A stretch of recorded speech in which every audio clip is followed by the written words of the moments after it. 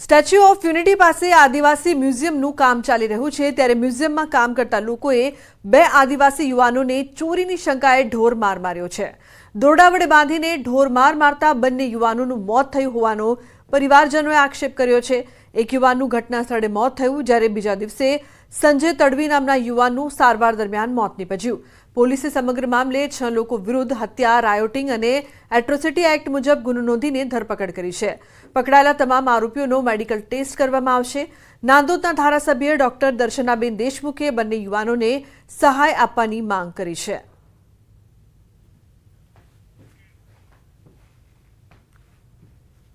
જે અહીંયા બહારના વ્યક્તિઓ છે અહીંયા એ રહેવું જ ના જોઈએ અને ખરેખર આવા લોકોને અહીંયા રાખવું જ ના જોઈએ કારણ કે આ બહુ ખોટું થઈ રહ્યું છે।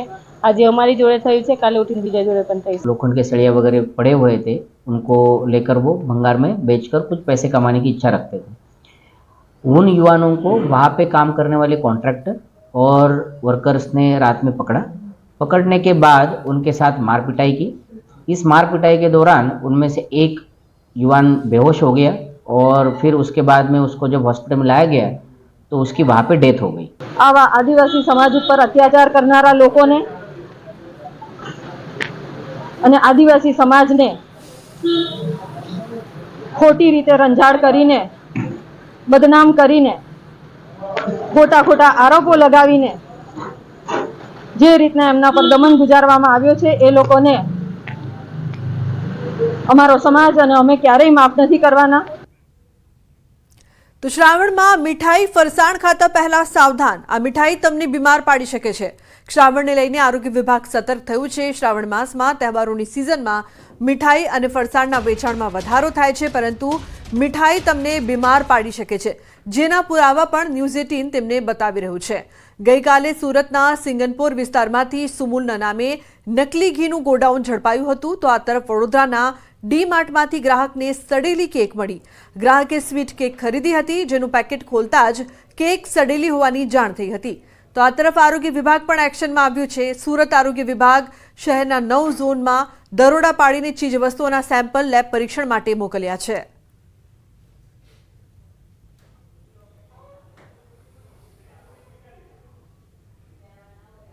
તો એક તરફ સડેલી કેક, બીજી तरफ નકલી ઘી, આરોગ્યના દરોડા, પરંતુ લોકોના સ્વાસ્થ્ય સાથે ચેડા થઈ રહ્યા છે। બહારનું ખાતા પહેલા થઈ જજો સાવધાન। સ્વીટ કેકનું પેકેટ ખોલતા કેક સડેલી નીકળી। વડોદરાના ગ્રાહકે સ્વીટ કેકની કરી હતી ખરીદી। શોપિંગ માર્ટમાંથી ગ્રાહકે ખરીદી કરી હતી। આરોગ્ય અધિકારીઓ રેસ્ટોરન્ટ સાથે શોપિંગ મોલમાં પણ તપાસ કરે તેવી માંગ। શહેરમાં સતત ખાદ્ય સામગ્રી જોવા મળી રહી છે, જેના કારણે લોકોમાં રોષ પણ દેખાઈ રહ્યો છે।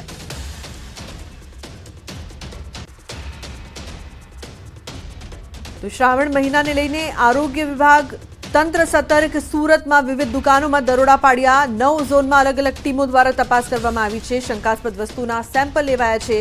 सेम्पल लेब टेस्टिंग माटे मोकलाया छे। भेड़सेड़ जणाशे तो कायदेसरनी कार्यवाही थशे ज।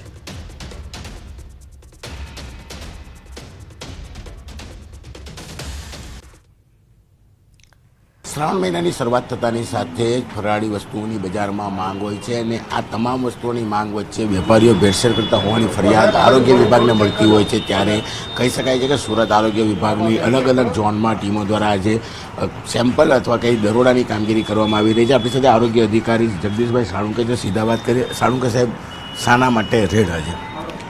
Deputy commissioner Shri health and hospital અને આરોગ્ય અધિકારી શ્રીની સીધી સૂચના હેઠળ સુરત મહાનગરપાલિકાના ફૂડ વિભાગના ફૂડ સેફ્ટી ઓફિસરો દ્વારા આગામી શ્રાવણ મહિના તેમજ તહેવારો નિમિત્તે ફરાળી લોટનો વપરાશ વધુ થતો હોય છે, તે અલગ અલગ ઝોનમાં 6 ટીમ બનાવીને ફરાળી લોટનું ઉત્પાદન અને વેચાણ કરતી સંસ્થાઓમાં તપાસણી કરવામાં આવી છે, તેમજ નમૂના લેવાની પણ કામગીરી કરવામાં આવી રહી છે। આ નમૂના લીધા બાદ કયા પ્રકારનું ચેકિંગ કરવામાં આવશે અને જો કદાચ લોટ છે તે ઓછી ગુણવત્તાવાળો મળશે તો કયા પ્રકારની કાર્યવાહી?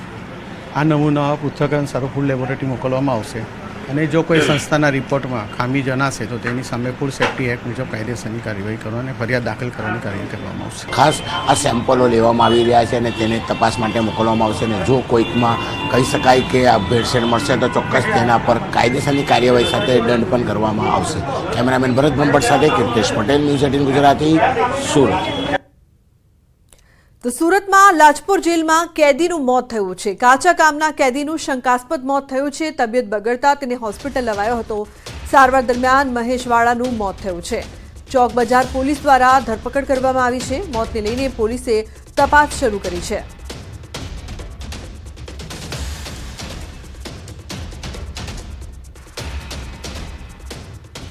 તો માતા પિતા તમારા બાળકોનું રાખજો ધ્યાન। સુરતનો બનાવ દરેક માતા પિતા માટે ચેતવણી રૂપ। સ્કૂલ વાન ચાલકે રિવર્સ લેતા બાળકનું મોત નીપજ્યું છે। સુરતના સિંગોપરની નંદનવન સોસાયટીમાં સમગ્ર બનાવ બન્યો છે। ચાલકે સ્કૂલ વાન રિવર્સ લેતા 5 વર્ષીય બાળકનું મોત નીપજ્યું। પોલીસે સંજય પટેલ નામના વાન ચાલકની ધરપકડ કરી છે। એકનો એક દીકરો ગુમાવતા પરિવાર પર આપ ફાટ્યું છે।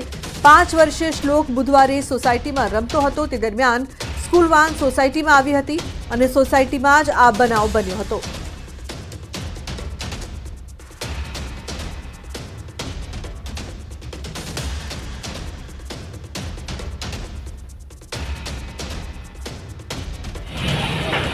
સિંગણપુર વિસ્તારની નંદનવન સોસાયટીમાં આ કામના આરોપી કે જે સ્કૂલ વાહન ચલાવે છે તેઓ સ્કૂલના બાળકોને મૂકવા સોસાયટીમાં આવેલ અને રિવર્સ લેતી વખતે આ કામે ભોગ બનનાર બાળકને અડફેટમાં લઈ લીધેલ અને તેનું મૃત્યુ નિપજાવેલ છે।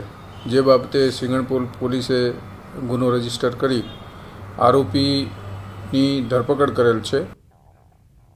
તો ભરૂચ સિવિલ હોસ્પિટલમાં કામ કરતા ડોક્ટર કિરણ પટેલે મેડિકલ કોલેજ સાથે લાખો રૂપિયાની છેતરપિંડી આચરી છે। કોલેજમાં ઓફિસ આસિસ્ટન્ટ તરીકે કામ કરતા 2 કર્મચારીઓ દ્વારા રૂપિયા 34.42 લાખની છેતરપિંડી કરાઈ। વિદ્યાર્થીઓને ફીના રૂપિયા કોલેજમાં જમા ન કરાવીને છેતરપિંડી આચરવામાં આવી છે। ઓફિસ આસિસ્ટન્ટ તરીકે કામ કરતા ધ્રુવરાજસિંહ રાજ અને વિપુલ સોલંકી સહિત 3 લોકો સામે પોલીસ ફરિયાદ નોંધાઈ છે। કોલેજના ચીફ એડમિનિસ્ટ્રેટિવ ઓફિસર ગોપિકા મેખિયાએ પોલીસ ફરિયાદ નોંધાવી છે। પોલીસે તપાસ શરૂ કરી છે। 3 લોકોની ધરપકડ કરવામાં આવી છે।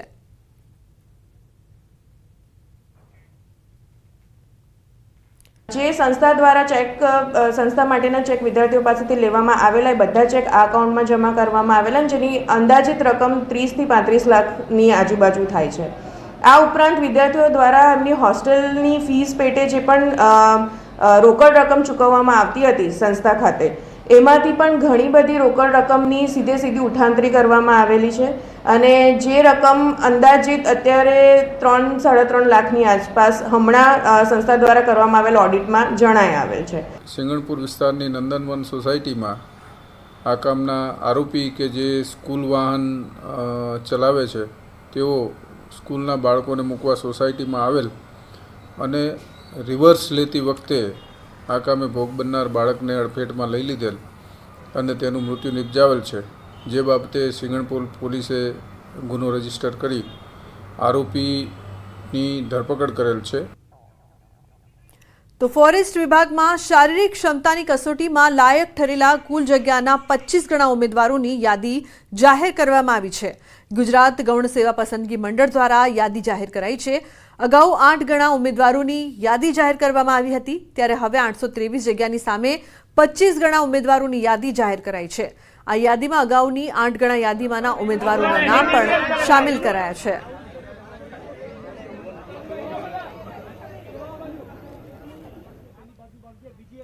ભણશે ગુજરાત વચ્ચે ગુજરાત અંતર્ગત સરકાર દ્વારા વિવિધ યોજનાઓ અમલમાં મૂકવામાં આવી છે। જેમાં સરસ્વતી સાધના યોજના હેઠળ ધોરણ 9માં અભ્યાસ કરતી વિદ્યાર્થીઓને સાયકલ આપવામાં આવે છે પરંતુ દાહોદ જિલ્લાના સંજેલીમાં 1500થી વધુ સાયકલો ધૂળ ખાતી જોવા મળી। સંજેલીની કન્યા વિદ્યાલયના મેદાનમાં આ સાયકલો કાટ ખાઈ રહી છે તેમ છતાં આ સાયકલોનું વિતરણ કરવામાં નથી આવ્યું। શાળાના આચાર્યનું કહેવું છે કે મેદાનમાં સાયકલો હોવાથી બાળકોને રમવા માટે મેદાન પણ મળતું નથી। આ પહેલા દાહોદમાં 2000થી વધુ સાયકલો જોવા મળી હતી ત્યારે આ સાયકલોનું વહેલી તકે વિતરણ થાય તેવી વિદ્યાર્થીઓની માંગ છે।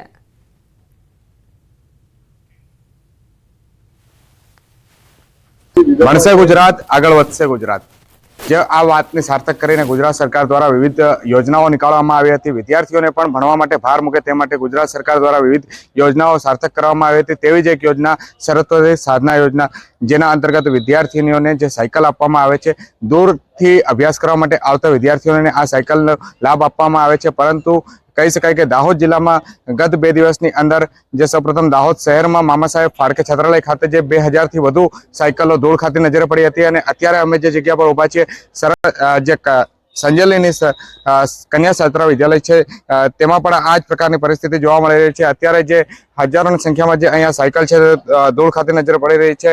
મોટા મોટા ઝાડી ઝાકરાઓ પણ નીકળી જવા પામે છે અને કહી શકાય કે જે અત્યારે આ સાયકલો શા માટે વિતરણ નથી કરવામાં આવતી તે પણ એક મોટો સવાલ ઊભો થવા પામે છે. ચારે તરફ આપ જે મેદાનમાં જોઈ રહ્યા છો કે સાયકલોનો ઢેર તો મૂકી દેવામાં આવ્યો છે. જો કે કહી શકાય કે આપણી સાથે અહીંયાના જે પ્રિન્સિપલ પણ છે તેઓ સાથે વાતચીત કરીશું. પ્રિન્સિપલ સાહેબ, શું કહેશો આ સાયકલો જે અહીંયા આ રીતના મૂકવામાં આવી છે? હા, આ શ્રી માધ્યમિક અને ઉચ્ચતર માધ્યમિક કન્યા વિદ્યાલયના મેદાનની અંદર જે બક્ષીપંચ વિદ્યાર્થીનીઓ છે તેમના માટેની સાયકલોને ઉતારો આપવામાં આવ્યો હતો અને અહીંયા ફિટિંગ કરવામાં આવ્યું છે. છેલ્લા 3 મહિનાથી આ સાયકલો તૈયાર થઈ ગઈ છે પણ હજુ સુધી આ સાયકલોનું વિતરણ કરવામાં આવ્યું નથી. લાગતા વળગતોને વારંવાર રજૂઆત કરી હતી છતાં પણ આ સાયકલોનું વિતરણ થયું નથી, જેથી કરી બાળકોને મેદાનની અંદર રમવામાં પણ મુશ્કેલી પડી રહી છે. સાયકલોની વચ્ચે ઘાસ ઉગી નીકળ્યું છે, પાણીની અંદર તે કાટ ખાઈ રહી છે, વરસાદી માહોલ છે. ચોક્કસથી કહી શકાય કે સંજેલી અને સિંગવડ તાલુકા માટે જે વિતરણ કરવાની સાયકલો જે છે અત્યારે ધૂળ ખાઈ રહી છે અને 1500 થી વધુ સાયકલો ધૂળ ખાઈ રહી છે. સૌરભ ગેહલોત, ન્યૂઝ 18 ગુજરાતી, દાહોદ. તો સુરતમાં શહેરીજનોની સુવિધા માટે BRTS સેવા ચાલુ છે, જેને લઈને BRTSનો અલગથી રોડ બનાવવામાં આવ્યો છે. આ રોડમાં ખાનગી વાહનો પ્રવેશ ન કરી શકે તે માટે સ્વિંગ ગેટ મૂકવામાં આવ્યા છે. જુદા જુદા રોડ પર લગભગ 276 રોડ, 220 ગેટ બંધ હાલતમાં છે, જેના કારણે BRTS સિવાયના વાહનો પણ BRTS કોરિડોરમાં પ્રવેશે છે અને ટ્રાફિકની સમસ્યા ઊભી થાય છે. BRTSમાં 3.83 કરોડના ખર્ચે 276 સ્વિંગ ગેટ લગાવવામાં આવ્યા હતા, પરંતુ હાલ ગેટ ખરાબ થઈ જતા ગેટના ઇજારદારને 20 થી વધુ નોટિસ ફટકારાઈ છે, પરંતુ હજુ સુધી કોઈ ઉકેલ નથી આવ્યો. આટલી બેદરકારી બાદ પણ ઇજારદાર ટેકનોક્રેટ સિક્યોરિટી સિસ્ટમને બ્લેકલિસ્ટ કરવાને બદલે છાવરી રહ્યા હોય તેવું દેખાઈ રહ્યું છે અને તંત્રની કામગીરીને લઈને પણ સવાલો ઉઠી રહ્યા છે.